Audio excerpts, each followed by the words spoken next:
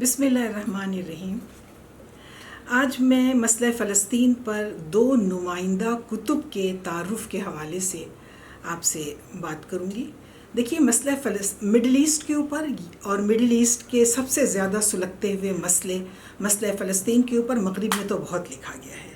وہاں پہ سینکڑوں نہیں ہزاروں کتابیں مڈل ایسٹ کے اوپر، مسئلہ فلسطین کے اوپر، اسرائیل کے اوپر اور ان حوالوں سے، عرب اسرائیل تعلقات، ان تمام حوالوں سے لکھی گئی ہیں۔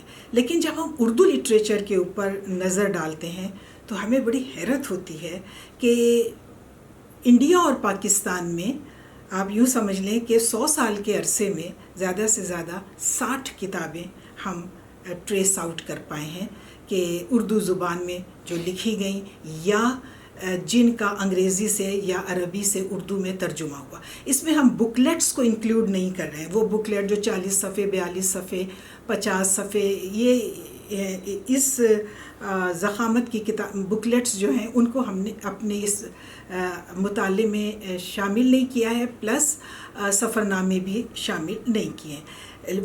طبع ذات کتابیں اور یا پھر ترجمہ شدہ کتابوں کو ہم نے اپنی اس اسٹڈی میں اور مطالعے میں لیا ہے، اور ہمیں یہ دیکھ کر بڑی حیرت ہوئی ہے کہ اردو زبان میں بہت سے بہت 60-62 کتابوں سے زیادہ ہمارے علم میں نہیں آ سکی ہیں۔ اس میں وہ کتابیں بھی شامل ہیں جو انڈیا میں شائع ہوئی اور وہ بھی جو پاکستان میں شائع ہوئی۔ اب انڈیا میں جو کتابیں شائع ہوئی ہوں گی خاص طور سے ریسنٹ 1-2 سال کے اندر، وہ شاید ہمارے علم میں نہ آ سکی ہوں، تو آپ اس کی تعداد کو 5-7 نمبر بڑھا لیں، پھر بھی اگر ہم اس کو 60 سے 65 بھی کر لیں تب بھی یہ کوئی بہت بڑی تعداد نہیں ہے۔ 100 سال میں اگر آپ نے اردو بولنے والوں نے فلسطین، اسرائیل، مشرق وسطیٰ اور عرب اسرائیل تعلقات یا عرب فلسطین تعلقات کے حوالے سے 60-65 کتابیں لکھ دیں تو یہ کوئی بھی تسلی بخش صورتحال نہیں ہے۔ اس سلسلے میں جو سب سے قدیم کتاب ہم ڈسکور کر پائے ہیں وہ امیر شکیب ارسلان کی کتاب ہے، انگریز اور فلسطین۔ 1938 میں یہ انڈیا سے شائع ہوئی۔ اچھا، اس سے قبل بھی ایک کتاب جو حیدرآباد دکن جامعہ عثمانیہ سے شائع ہوئی تھی، بلاد فلسطین و شام، وہ بھی بہرحال فلسطین کے اوپر ہے، لیکن بات یہ ہے یہ کتاب جو ہے یہ جی لی اسٹرنچ کی کتاب ہے، لیکن یہ فلسطین کے اور شام کے جغرافیے کو بتاتی ہے۔ ہمارا جو موضوع ہے وہ قضیہ فلسطین ہے، یعنی مسئلہ فلسطین، یعنی کویشچن آف پیلسٹائن۔ تو ہم نے وہ کتابیں عام طور پر نہیں لی ہیں جو فلسطین کے آثار قدیمہ سے تعلق رکھتی ہیں یا فلسطین کی جغرافیہ سے تعلق رکھتی ہیں۔ پہلی بات تو اردو میں ایسی کتابیں ہیں ہی نہیں، اور اگر ہیں بھی تو وہ ہمارے ہی اس مطالعے کے اندر نہیں آتی۔ ہم نے وہ کتابیں سلیکٹ کی ہیں جو کسی نہ کسی حوالے سے مسئلہ فلسطین سے ریلیٹڈ ہے۔ بلاد فلسطین و شام جو کتاب ہے، اس کا ترجمہ جو کیا ہوا ہے وہ سید ہاشمی فرید آبادی نے کیا، اور جامعہ عثمانیہ حیدرآباد دکن سے یہ 1932 میں شائع ہوئی، اور اس کے بعد جو دوسری کتاب ہے وہ امیر شکیب ارسلان کی ہے۔ ہم یہ جو کتابیں لکھی گئی ہیں اردو زبان میں مسئلہ فلسطین کے حوالے سے، اس کو ہم کیٹیگرائز کر سکتے ہیں۔ اس میں پہلی کیٹیگری تو وہ ہے، یعنی وہ کتابیں ہیں جس میں مسئلہ فلسطین، القدس اور حرم کا مذہبی پہلو کو زیر بحث لایا گیا ہے، اعتقادی پہلو کو زیر بحث لایا گیا ہے۔ اس کے حوالے سے قرآن کریم کی تفسیر سے مدد لی گئی ہے، احادیث کی روشنی میں اپنی باتیں بیان کی گئی ہیں، تاریخی روایات اور آثار صحابہ، ان کی بنیاد پر وہ کتابیں لکھی گئی ہیں۔ سب سے زیادہ تعداد ایسی ہی کتابوں کی ہے، یعنی اگر 60 یا 65 کتابیں ہمارے پاس اردو زبان میں ہیں تو آپ سمجھ لیں کہ 80% کتابیں بلکہ 85% کتابیں اسی موضوع پر ہیں۔ دوسری وہ کتابیں ہیں جو خالص قانونی پوائنٹ آف ویو سے لکھی گئی ہیں، یعنی انٹرنیشنل لاء کے تناظر میں لکھی گئی ہیں۔ اردو زبان میں مجھے ابھی تک 2 ہی کتابیں ایسی مل سکی ہیں۔ اس میں فقہی پہلو بھی پارشلی آ گیا ہے، زیادہ تر تو انٹرنیشنل لاء کے. اس حوالے سے مجھے 2 کتابیں ملی ہیں. ایک تو ڈاکٹر مشتاق احمد کی کتاب ہے، یہ شریعہ اکیڈمی کے اندر بھی ہیں، اور دوسرے آصف محمود صاحب کی کتاب ہے جن کا تعلق قائد اعظم یونیورسٹی کی لاء فیکلٹی سے ہے. ان دونوں نے جو کتابیں لکھی ہیں یہ مسئلہ فلسطین کو انٹرنیشنل لاء کے تناظر میں دیکھنے کی کوشش کی گئی ہے. مشتاق احمد صاحب کی جو کتاب ہے وہ تو ان کے کچھ بلاگس ہیں اور ان کے کچھ مضامین ہیں جس کو انہوں نے ایک کتابی شکل میں مرتب کیا ہے اور کتاب کا نام رکھا ہے مسئلہ فلسطین. ڈاکٹر آصف محمود کی جو کتاب ہے وہ فلسطین بین الاقوامی قانون کے تناظر میں، اور یہ آصف محمود کی کتاب ہے، اور اس کے اندر بہت ہی آسان انداز میں، بہت ہی قابل فہم انداز میں، کیونکہ آپ نے دیکھا ہوگا کہ لاء کی جو اصطلاحات ہوتی ہیں بڑی بوجھل ہوتی ہیں، لیکن انہوں نے اس مسئلے کو بہت ہی آسان انداز میں بیان کیا ہے، اور میں سمجھتی ہوں کہ یہ لائق مطالعہ کتاب ہے. اگر ہم ان کتابوں پر جو فقہی اور قانونی بیک گراؤنڈ رکھتی ہیں اس پر اگر ہم نے کوئی ولاگ کیا تو ہم ان دونوں کتابوں کا زیادہ تفصیل کے ساتھ آپ کے سامنے تذکرہ کر سکیں گے. تیسری وہ کتابیں ہیں جن کا تعلق تاریخی پہلو سے ہے، یعنی مسئلہ فلسطین اور قضیہ فلسطین کے تاریخی تناظر میں وہ لکھی گئی ہیں. اور ایسی کتابیں یہ جو ہمارے پاس 65 کتابوں کا ایک پول ہے، اس کے اندر ہمیں 5-6 کتابیں 7 کتابیں اچھی نظر آ جاتی ہیں. میں نے اس میں سے 2 کتابوں کا انتخاب کیا ہے جو میں آپ کی خدمت میں رکھنا چاہتی ہوں اور جو میرے خیال سے اردو میں لکھی جانے والی نمائندہ کتب کا درجہ رکھتی ہیں. اس میں پہلی جو کتاب ہے وہ حبیب الحق ندوی، ڈاکٹر حبیب الحق ندوی کی کتاب ہے فلسطین اور بین الاقوامی سیاسیات. یہ کتاب بس آپ سمجھ لیجئے کہ نایاب ہے. اگر کراچی کے کچھ بڑے کتب خانوں کے اندر تو یہ موجود ہوگی، 2-3 کتب خانے ہیں، بیدل لائبریری ہے، کراچی یونیورسٹی کی لائبریری ہے جہاں سے لے کر میں نے فوٹو کاپی کرائی تھی، تو یہ تو، اور انڈیا کے اندر خدا بخش لائبریری پٹنہ کے اندر یہ کتاب موجود ہے، اور اس کا جو ایکسس نمبر ہے وہ ہے 12571. یہ جو کتاب ہے حبیب الحق ندوی صاحب کی، یہ اس میں سیاسیات کے عملی یا نظری پہلوؤں سے تو بحث نہیں کی گئی ہے، پیورلی تاریخ کے پہلو سے مسئلہ فلسطین کی تاریخی پہلو کو اجاگر کیا گیا ہے. 1976 میں یہ کراچی سے شائع ہوئی. حبیب الحق ندوی صاحب کے بارے میں ہمارے پاس معلومات بہت کم ہیں، اور بس ہمیں اتنا پتہ ہے کہ کراچی میں رہے یہ، اور جو ان کی کتاب ہے یہ بین الاقوامی سیاسیات اور فلسطین، اس میں فیڈرل بی ایریا کا نمبر دیا گیا ہے، گھر کا نمبر دیا گیا ہے، اور Karachi university staff town C100 کا ایڈریس دیا گیا ہے.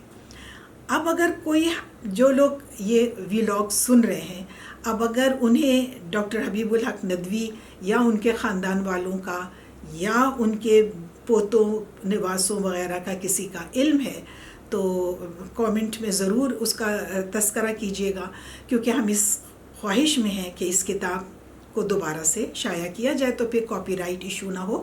ہم ان سے اجازت لے کر یہ کتاب شائع کرنا چاہیں گے. اچھا، یہ جو غالباً یہ ڈربن میں بھی رہے، ساؤتھ افریقہ میں بھی یہ رہے. 6 سال انہوں نے ہارورڈ یونیورسٹی میں گزارے، وہاں پہ انہوں نے ایک MA کیا اور دوسرا PhD کیا، اور کراچی سے بھی وہ 3 MA کر کے گئے تھے، انگریزی میں، عربی میں اور غالباً اسلامک اسٹڈیز میں. 3 MA کر کے یہ گئے تھے ہارورڈ یونیورسٹی، وہاں پر انہوں نے ایک اور MA کیا تھا اور اس کے بعد PhD کی تھی. انہوں نے اپنا ایک ادارہ بھی بنایا تھا، دی اکیڈمیا، اور اس اکیڈمیا کے تحت وہ ایک ماہنامہ انگریزی میں اسلامک پرسپیکٹو کے نام سے ایک جریدہ بھی نکالتے تھے. اب مجھے نہیں معلوم کہ یہ جریدہ کتنے عرصے نکلا اور کب بند ہو گیا. اسی طریقے سے اکیڈمیا کی دیگر تحریری اور اشاعتی خدمات کا بھی ہمارے پاس کوئی ڈیٹا نہیں ہے. یہ کتاب بہرحال انہوں نے لکھی، اور ایک اور کتاب انہوں نے لکھی تھی، پیلسٹائن ان کرنٹ افیئر. یہ کتاب حبیب الحق ندوی صاحب نے انگریزی میں لکھی، اور مسئلہ فلسطین اور بین الاقوامی سیاسیات، یہ کتاب انہوں نے لکھی ہے اردو میں۔ یہ جس زمانے میں ہارورڈ میں تھے تو اس زمانے میں یہ لکھا کرتے تھے، اور لکھ کر کے وہ یہ قسط وار شائع ہوتا رہا ہے۔ لکھنؤ سے ایک رسالہ نکلتا تھا، تعمیر حیات۔ تعمیر حیات رسالہ نکلتا تھا لکھنؤ سے، 15 روزہ تھا، اور سعید الاعظمی اس کے ایڈیٹر تھے، اور اس میں یہ خاور شناس کے نام سے لکھا کرتے تھے۔ قسطوں میں ان کی یہ جو قسطیں ہیں ان کی شائع ہوتی رہی ہیں 68 اور 69 میں۔ اسی طریقے سے 73 اور 74 میں کراچی سے نکلنے والے اخبار جہاں میں بھی ان کی یہی مڈل ایسٹ کے حوالے سے اور خاص طور سے قضیہ فلسطین کے حوالے سے تحریریں شائع ہوتی رہی ہیں۔ بعد میں انہوں نے ان سب کو ایک کڑی میں پرویا اور چیپٹرز قائم کیے اور ایک کتابی شکل دے دی جو 1976 میں کراچی سے شائع ہوئی۔ اس کتاب کی سب سے عمدہ بات یہ ہے کہ اس کے اندر کوئی اپولوجیٹک اسٹائل نہیں ہے۔ ندوی صاحب نے بڑے تگڑے انداز میں اور بڑے جسے کہتے ہیں ڈٹرمن ہو کر کے انہوں نے اپنا مقدمہ جو ہے وہ پیش کیا، فلسطین کا مقدمہ پیش کیا۔ عذر خواہی، معذرت خواہانہ انداز، یہ سب کچھ ہمیں یہاں پہ نہیں ملتا، اور اسی وجہ سے اچھا ایک بات اس میں یہ بھی اہم ہے کہ یہ نہ صرف یہ کہ 6 سال اس زمانے میں ہارورڈ میں رہے جس زمانے میں یہ بہت بڑا ایشو تھا، 67 کی جنگ ہو چکی تھی، اور یعنی یہ ان کا یہ کہنا ہے، جو ان کی جو تحریر میں دیکھ رہی تھی اس میں انہوں نے لکھا تھا کہ اس زمانے میں امریکہ میں جو اخبارات تھے، ٹی وی تھا یا رسائل اور جرائد تھے، اس میں اس طریقے سے لکھا جاتا تھا اسرائیل کے بارے میں گویا یہ امریکہ نہ ہو، یہ اسرائیل ہو۔ اور انہوں نے یہ بھی لکھا ہے کہ اس زمانے میں جب 67 کی عرب اسرائیل جنگ میں عربوں کو شکست ہو گئی تھی، عربوں کی متحدہ فوج کو شکست ہو گئی تھی، تو مسلمانوں کا شاپنگ پلازا کے اندر اور سڑکوں کے اوپر نکلنا بڑا ایک جرم سا بن گیا تھا۔ لوگ اتنے تمسخرانہ انداز میں ان کو دیکھتے تھے، اور یہ لوگ مطلب یہ لوگ ایک مجرمانہ کیفیت کے اندر آ گئے تھے جو مسلمان امریکن مسلمز جو تھے۔ اچھا یہ جو کتاب انہوں نے لکھی ہے، اس میں دیکھیے اس کی دوسری جو بڑی خوبی ہے وہ یہ کہ انہوں نے بہت ہی وائڈلی سفر کیا۔ انہوں نے یہ صرف یہی نہیں کہ 6 سال انہوں نے ہارورڈ میں گزارے، بلکہ اس دوران میں انہوں نے دنیا بھر میں مغربی ممالک کا اور عرب ممالک کا بہت زیادہ سفر کیا ہے۔ امریکہ، کینیڈا، برطانیہ، فرانس، سوئٹزرلینڈ، اسپین، روم، یونان، آسٹریلیا، ٹرکی، سعودی عرب، لبنان، شام، فلسطین نہیں گئے تھے، مصر اور ترکیہ، ان سب جگہوں پر انہوں نے ٹریول کیا، یہاں کے لوگوں سے ملاقاتیں کی، مسئلہ فلسطین کے حوالے سے ان کا اوپینین جاننے کی کوشش کی، انٹرویوز کیے، گفتگو کی، کانفرنسز کے اندر شرکت کی مسئلہ فلسطین کے اور قضیہ فلسطین کے حوالے سے۔ اور سب سے اہم بات یہ ہے کہ اس زمانے میں یہ جو اقوام متحدہ تھی اس کے اندر جو خصوصی اجلاس ہوتے تھے یروشلم کے حوالے سے، اس میں بھی یہ شریک ہوتے تھے۔ ندوی صاحب اس کے اندر بھی شریک ہوتے تھے۔ انہوں نے یہ سارا پروسیجر اپنی آنکھوں سے دیکھا ہوا ہے۔ اسی زمانے میں یعنی 67، 68 اور 69 میں ہی انہوں نے کہہ دیا تھا کہ اقوام متحدہ وہ ادارہ ہے جس سے مسلمانوں کو کسی قسم کی توقع باندھنی نہیں چاہیے، یہ عرب دشمن اور مسلم دشمن ادارہ ہے۔ یہ جو کتاب انہوں نے لکھی ہے فلسطین اور بین الاقوامی سیاسیات، اس کے اندر انہوں نے یہ ثابت کیا ہے کہ یعنی اس کے اندر انہوں نے ترتیب الٹ دی ہے۔ ترتیب کیا ہوتی تھی؟ جب فلسطین کا تذکرہ کیا جاتا تو سب سے پہلے اس کا جو یہودی پس منظر ہے، اس کا جو اسرائیلی پس منظر ہے، وہاں سے بات چیت شروع کی جاتی تھی۔ ان کا یہ کہنا تھا کہ اسرائیلیوں کے، بنی اسرائیل کے فلسطین میں آنے سے پہلے کئی سو سال پہلے سے یہاں پر عرب، جنہیں کہ کنعانی بھی کہتے ہیں، انہیں فلسطی بھی کہتے ہیں، اور یہ لوگ یہاں پر پہلے سے آباد تھے، یہ عرب تھے. لہٰذا فلسطین کا جب پس منظر ہمیں بیان کرنا ہے اور جب ہمیں فلسطین کے بارے میں گفتگو شروع کرنی ہے تو ہم جوڈائزم سے، ہم یہودیت سے، حضرت موسیٰ کے بعد ان لوگوں کے داخلے سے، بنی اسرائیل کے فلسطین میں داخلے سے نہیں شروع کریں گے، بلکہ یہ تو حضرت ابراہیم سے بھی پہلے جو یہاں کنعانی آباد تھے، سامی النسل عرب جو آباد تھے، ہم وہاں سے گفتگو شروع کریں گے. لہٰذا انہوں نے اپنی کتاب کا جو پہلا باب رکھا ہے وہ عربی پس منظر رکھا ہے، اور ایسا آپ کو کسی دوسری کتاب کے اندر نہیں ملے گا. یہیں سے اس بات کا اندازہ ہو جاتا ہے کہ یہ کتنی آزادی کے ساتھ انہوں نے اپنا پرسپیکٹیو پیش کیا ہے، اور اس میں بالکل بھی انہوں نے اپولوجیٹک انداز اختیار نہیں کیا ہے. دوسرے باب میں وہ پھر اسرائیلی پس منظر لے کر کے آئے ہیں، تیسرے باب میں پھر وہ عیسائیوں کا پس منظر لے کر کے آئے، کرسچن، اور اس کے بعد ان مختلف ابواب ہیں، ان کے 10-12 ابواب کے اندر یہ کتاب ہے. بہت ضخیم کتاب ہے، سائز چھوٹا ہے لیکن 700-800 صفحے کی کتاب ہے.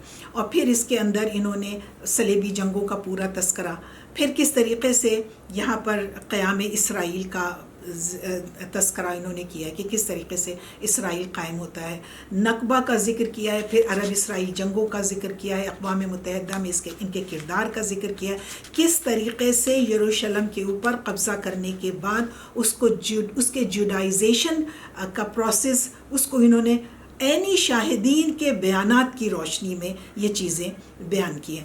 اچھا دیکھیے، ان کے جو ماخذ ہیں وہ بڑے زبردست ہیں. اصل چیز ماخذ ہوتے ہیں. آپ کو یہ کتاب پڑھ رہے ہیں اور اس میں کوئی ماخذ کا تذکرہ نہیں ہے تو اس کی کوئی بھی ورتھ آپ نہ ثابت کر سکتے ہیں اور نہ آپ اس کو پڑھتے ہوئے زیادہ تسلی محسوس کریں گے. ان کے جو سورسز ہیں وہ قرآن کے علاوہ سارے انہوں نے ان کے old testament, new testament, Jewish encyclopedia of Britannica, Americana, سارے اہم انسائکلوپیڈیاز میں سے جوئش ہسٹری نکالی ہے، کرسچین ہسٹری نکالی ہے، مسلم ہسٹری نکالی ہے، اور یہ جو انہوں نے ابتدائی 3 چیپٹرز لکھے ہیں جس کے اندر قدیم فلسطین کا تذکرہ ہے، اور یہ ثابت کیا ہے انہوں نے کہ عرب یہودیوں سے پہلے سے وہاں آباد تھے. ان چیپٹرز کو انہوں نے سپورٹ کیا ہے جن سورسز سے وہ سارے ویسٹرن سورسز ہیں، یعنی انہوں نے، آپ یوں سمجھ لیں کہ انہی کے سورسز سے انہی کے دعووں کو باطل کیا ہے. یہ ہے اس کتاب کی سب سے اہم بات، ورنہ بیانات تو وہی ہیں جو ہمیں آج بھی مل جاتے ہیں، واقعات بھی وہی ہیں، وہی 17 میں بیلفور ڈیکلیریشن ہوتا ہے، وہی 48 میں اسرائیل قائم ہوتا ہے، وہی انتداب آتا ہے، تو یہ ساری چیزیں تو وہی ہیں. لیکن سورسز یہ کہاں سے لے کر کے آئے ہیں کہ اسے کوئی اب ڈینائی نہیں کر سکتا. مغرب ان تحریروں کو ڈینائی نہیں کر سکتا. ماہرین آثار قدیمہ، اچھا جس زمانے میں یہ ہاورڈ میں تھے اس زمانے میں بھی کھدائیاں ہو رہی تھیں. جب یہاں پر اسرائیل نے قبضہ کر لیا تو انہوں نے سب سے بڑا کام یہ کرنے کی کوشش کی کہ یروشلم اور جو دیگر پرانے قدیم ان کے شہر تھے، ایشکلون جس کا پرانا عربی نام اسقلان ہے، اسی طریقے سے یروشلم کی جو دیواروں کے ارد گرد کے علاقے، اریحا جس کو کہ جیریکو کہتے ہیں، یافا، حیفا، لد، یہ سارے جو بڑے ہی ہبرون جو خلیل کہلاتا تھا، بیت خلیل، ہبرون، ان جو بہت ہی جو پرانے اور اینشنٹ سٹیز ہیں ان کی کھدائیاں کی انہوں نے کروائی. ماہرین آثار کئی سال یہ کھدائیاں چلتی تھیں اور وہ رپورٹ مرتب کی جاتی تھی، اور وہ رپورٹ جب مغربی پریس میں آتی تھی وہاں سے اٹھایا ہے اس کو حبیب الحق ندوی صاحب نے. اس لیے ہم اس کی آتھینٹسٹی پہ بڑے مطمئن ہیں، اور اس کا جو ایک بہت ہی بریو اور بہت ہی جسے کہنا چاہیے معروضی، اور ایک طرح سے کہیے کہ لاگ لپٹ کے بغیر، عذر خواہی اور معافی تلافی کے بغیر انہوں نے جو کچھ فلسطین کے بارے میں لکھا ہے وہ پڑھنے والی چیز ہے. آپ کو یہ پڑھتے ہوئے بہت مشکل ہوگی، خاص طور سے ابتدائی 3 ابواب پڑھتے ہوئے آپ کو بہت مشکل ہوگی. لیکن اگر آپ نے یہ دریا پار، مطلب آپ دریا میں اگر اتر گئے تو یہ دریا آپ پار بھی کر لیں گے. یہ وہ کتاب نہیں ہے جو آپ ایک نشست میں پڑھ لیں، یہ وہ کتاب بھی نہیں ہے جو آپ ہفتہ 10 دن کے اندر اکٹھے پوری کی پوری پڑھ لیں. میں نے اس کو جب آپ پہلی دفعہ پڑھیں گے تو اس کے کوئی 15% یا 20% باتیں آپ کو سمجھ میں آئیں گی. پھر جب آپ دوسری دفعہ پڑھیں گے تو شاید 45-50% سمجھ میں آ جائیں. پھر تیسری اور چوتھی دفعہ آپ کو یہ کتاب پورے طور پر سمجھ میں آئے گی. میں اس کتاب کو 4 سے 5 دفعہ مکمل اس کا مطالعہ کر چکی ہوں، اور اب میں اس کے بارے میں بات کرنے کے قابل ہوئی ہوں کہ یہ کتاب کیوں اور کیسے میں نے منتخب کی کہ اس کو ایک نمائندہ تصنیف بتا سکوں فلسطین کے حوالے سے. میرا ارادہ تو یہ تھا کہ دوسری کتاب کا بھی اسی قسط کے اندر تذکرہ کر دوں، لیکن جب دیکھا کہ یہ گفتگو 24-25 منٹ کو محیط ہو گئی ہے تو اب اس کی جو دوسری نمائندہ کتاب ہے، یعنی فلسطین کے اوپر لکھی جانے والی جو دوسری نمائندہ کتاب میں نے منتخب کی ہے، ضروری نہیں ہے کہ آپ کا بھی وہی انتخاب ہو، اس کے اوپر ہم دوسری قسط میں بات کر لیتے ہیں، جو ہم کوشش کریں گے کہ یا اسی دن اپلوڈ کر دیں یا ایک دن کے فرق سے اپلوڈ کر دیں.